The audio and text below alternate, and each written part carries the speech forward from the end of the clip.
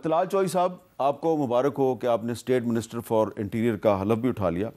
लेकिन ये बताइए कि बतौर एक पॉलिटिकल वर्कर के आपको याद होगा कि सदर का जब भी पार्लियामेंट के मुश्तरका अजलास से खिताब होता है तो अक्सर औकात उसमें नारेबाजी हो जाती है, हड़बूंग मच जाती है और बहुत शोर शराबा होता है।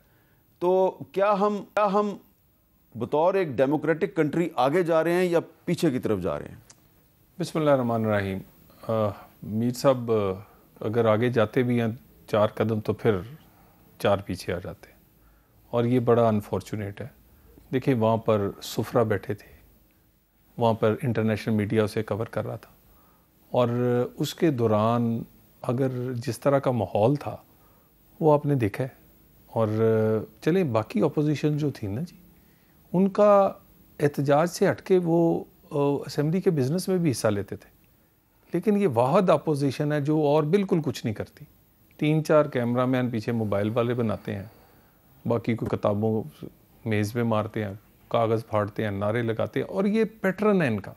मुझे ये बताइए, हम देखिए ना, 1 साल हुआ है हुकूमत का पूरा, इन्हें चाहिए ये वहाँ हमसे सवाल पूछें, हमें कटहरे में खड़ा करें, हम अपना जवाब दें, हम बताएं क्या किया है, कहाँ कमी कुताही है, उसको ठीक करें।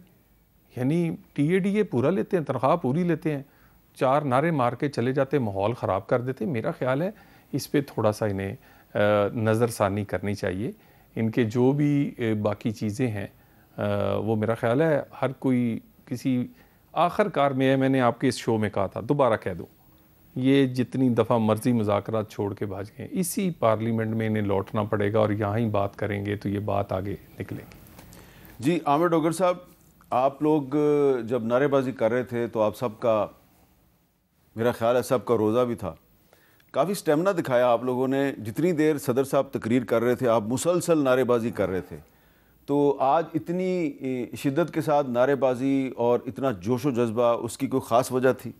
बिस्मिल्लाहिर्रहमानिर्रहीम। मीर साहब देखें, एहतजाज अपोजिशन का हक़ है, हमेशा अपोजिशन करती है, लेकिन आजकल के हालात में जो टेम्परेचर, जो हालात तहरीक इंसाफ के लिए बना दिए गए हैं, स्पेशली उनके अरकान असम्बली के लिए, और जो पंजाब के अंदर पुलिस गर्दी हो रही है मुसलसल पिछले 2 सालों से, और बेगुनाह हमारे कायदीन इमरान खान साहब हों और बाकी कायदीन हैं, तकरीबन 2 साल होने को हैं वो जेल में हों, और इस वक्त भी एक सिटिंग कौमी असम्बली का मेंबर और एक सेनेटर, दोनों जनूबी पंजाब से, ओन अब्बास बप्पी, और दूसरे मियाँ गौस साहब, एक झूठे बेबुनियाद बड़े बेसलस से भोंडे मुकदमात में दर्ज हों, मुकदमात दर्ज करके उनको जेल में डाल दिया गया हो।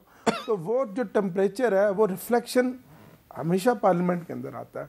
और हमने पार्लियामेंट में क्या आज नारे लगाए, हमने कहा इमरान खान को रिहा करो। हमने इनसे पूछा सुफरा के सामने और इंटरनेशनल मीडिया के सामने कि गोली क्यों चलाई। हम आज भी यही बात करते हैं कि ना वो बीमार, ना वो भागा, ना बीमार, कैदी नंबर 804। हम तो वही अपने मुतालबात कर रहे हैं, वही दोहरा रहे हैं। कभी ताली एक हाथ से नहीं बजती। हुकूमत तो है ही नहीं, इनके हाथ में तो कुछ है ही नहीं। आप जानते हैं इनकी डोरियां कहाँ से हिलाई जा रही हैं। प्रेसिडेंट साहब ने आज खिताब किया, इधर उधर की मार के चले गए। बड़ी बदकिस्मती है इस कौम की कि 8वां साल है उन्होंने बतौर प्रेसिडेंट इस असम्बली से खिताब किया, और ये असम्बली बतदरीज नीचे जा रही है। ये जो मेरे भाई ने कहा कि हम 4 कदम पीछे चले गए, 4 कदम नहीं, हम 16 कदम पीछे चले गए हैं। इस तरह के हालात तो ना परवेज मुशर्रफ के मार्शल में देखा नहीं, लेकिन जब आपको याद है सदर आरिफ अलवी साहब जब पार्लियामेंट के मुश्तरका इजलास से खिताब करते थे जी, आपकी हुकूमत उस वक्त की अपोजिशन भी कुछ करती थी, और तूफान बदतमीजी था। लेकिन जो जितना बदतरीन सियासी इंतकाम का निशाना इनको पता है, हमें बनाया जा रहा है, हमारे अरकान असम्बली को बनाया जा रहा है, हमारे कारकुनों को बनाया जा रहा है।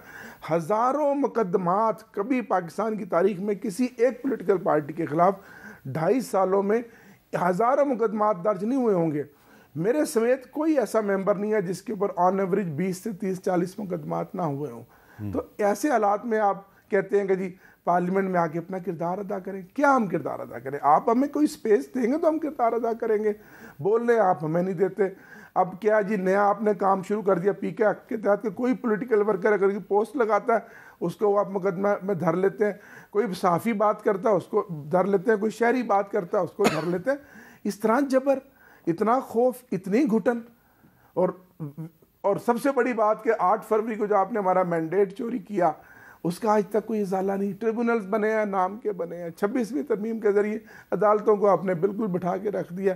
आप पॉलिटिकल पार्टियां थी, आप बैठ गए हैं, लेट गए हैं, आपका वोट को इज्जत देने वाला नारा कहाँ गया? चलें, तो देखें ना आपका किरदार अपना भी तो क्या है। इसका क्या जवाब देंगे तलाल चौधरी साहब? आप कह रहे हैं कि आप पार्लियामेंट में आए, वो कहते हैं जी कि जब अरकान पार्लियामेंट पे झूठे मुकदमे दर्ज हैं तो अरकान पार्लियामेंट तो इजलास में आके नारेबाजी करेंगे ना? नहीं मीर साहब, इनका कोई कसूर नहीं है। इनकी ये जो कह रहे हैं ना जी कि पीछे से कोई हलाता है जी, दरअसल वो अडियाला से हिलती है। मतलब मैं एक एग्जांपल देता हूँ। डोगर साहब खुद 26वीं तरमीम में ये कमेटी के मेंबर थे। जो तहफ़्फ़ुज़ात, जो अमेंडमेंट चाहते थे वो फजल रहमान साहब ने हमारे साथ पूरी तरह ज़ोर लगवा के करवाई, और ये शामिल थे। जब आखिरी ड्राफ्ट पे बात हुई आखिरी सेशन में तो उन्होंने पूछा इनसे, तो इन्होंने भी उस पर इत्तेफाक का इजहार किया, लेकिन इन्होंने कहा कि मजबूरी है पीछे से। मसला ये है, देखिए ना, ये इस वक्त कैदी हैं, ये पूरी की पूरी PTI उस पीछे से अडियाला से। मसला उनका क्या है? वो चाहते हैं NRO। वो उन्हें पता है कि उनके केसेस 2+2 हैं, ओपन एंड शट हैं, 190 मिलियन चोरी हुआ है। ये कोई सामने की बात है ना, इसमें तो कोई दो राय नहीं है, ये 2+2 है। इसी तरह ही आपका कोई बाकी जो मामलात हैं, मतलब 9 में ही है हुआ है मीर साहब। 26 नवंबर में गोली चलाई नहीं गई, गोलियां लेकर ये आए थे वो साथ। मामला ये देखिए ना आप, इस तरह के क्राइम जो हैं 9 मई जैसे, और करप्शन के 190 मिलियन यानी जो कि 700 अरब रुपया बनता है, तो आप कहें जी कि अब उनको छोड़ दिया जाए तो ये हंगामा ख़त्म हो जाएगा। ये हंगामा ढलता जा रहा है, ये इसमें अब वो जज्बा नहीं रहा। इनके मेरे के बहुत सारे ऐसे लोग हैं जिन्होंने बैनर पकड़े थे, उनका दिल इनके साथ नहीं था। अच्छा। और बहुत सारे लोग जो हैं वो अब इससे तंग आ गए हैं। लोग इनसे, मेरे से डोगर साहब बड़ा बेहतर जानते हैं, इन्हें पता है कि इनके अंदर 1 दर्जन से ज़ायद लोग हैं जो बस इंतज़ार में बैठे हैं कि हम इस तरह की सियासत से जान छुड़ाएं। 1 दर्जन से ज़ायद लोग, ये आप इशारा दे रहे हैं कि कोई फॉरवर्ड ब्लॉक बनने वाला है? देखिए, फॉरवर्ड ब्लॉक की तो इनकी में ज़रूरत ही नहीं है, खुद ही अल्लाह की मेहरबानी से लड़ाई झगड़ा। लेकिन मुझे मीर साहब बताएं ना, ये डोगर साहब आए हैं, ये असेंबली में मेंबर बने हैं, ये बेचारे हम लोग पता नहीं किस किस सारी ज़िंदगियां लग जाती हैं ख़ानदान की और मेंबर, और आप आएँ, आपकी पार्टी के इस्तीफ़ा दे दो, आपकी पार्टी के असेंबली तोड़ दो, आपकी पार्टी के तुमने यहाँ पर कोई असेंबली में रोल प्ले नहीं करना।